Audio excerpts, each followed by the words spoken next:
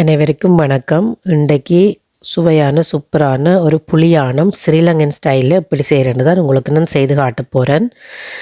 அதுக்கு முதல் நீங்கள் இந்த சேனலுக்கு முதல் தரம் வாரீங்களா இருந்தால் இந்த சேனலை சப்ஸ்கிரைப் பண்ணி பெல் பட்டனையும் அமர்த்துங்கோ. அப்போ தான் நான் போடுற புது புது வீடியோக்களை நீங்கள் பார்க்கலாம். அதே நேரத்தில் எனக்கும் நல்ல உதவியாக இருக்கும். இப்போ வாங்க வீடியோக்குள்ளே போகலாம்.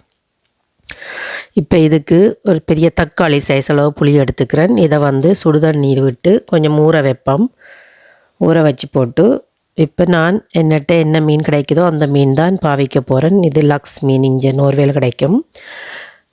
ஆனால் ஊரில் நார்மலாக அந்த மடவை மீன், அந்த வீசி பிடிப்பினம் அந்த மீன் தான் கூடுதலாக பாவிப்பினம். இப்போ பாருங்கோ, நான் இந்த புளியை புளிஞ்சு விடுறேன். தேவையான அளவு தண்ணியாக வைக்கிற உங்களுக்கு எவ்வளவு தேவையோ அவ்வளவுக்கு ஏற்ற மாதிரி தண்ணியாக வச்சுக்கொள்ளலாம். இப்போ பாருங்கோ, நான் கிட்டத்தட்ட இந்த வச்சுக்கிற கப்பால் 3 கப்பு கிட்ட தண்ணி விட்டுருக்குறேன்.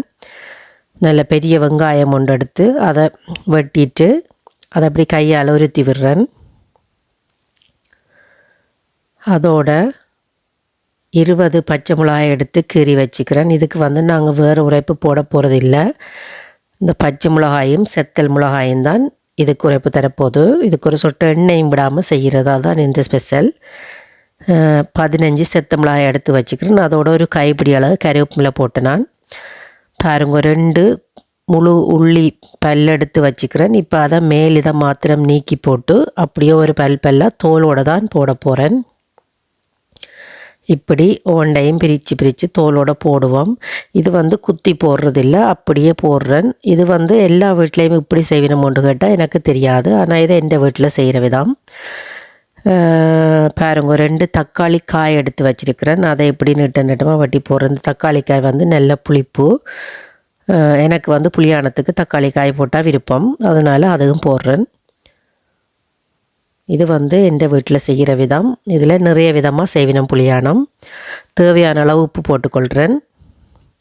இப்போ பாருங்கோ, இது எல்லாத்தையும் அடுப்பில் வச்சு நல்லா கொதிக்க விட்டு அதோட இதுக்கு தேவையான அளவு மஞ்சள் போடுறேன். சின்ன கரண்டியால் ஒரு கரண்டி போட்டு நான், நீங்கள் உங்களுக்கு தேவையாண்டா கொஞ்சம் கூட போடுங்கோ, எனக்கு இது போதும்.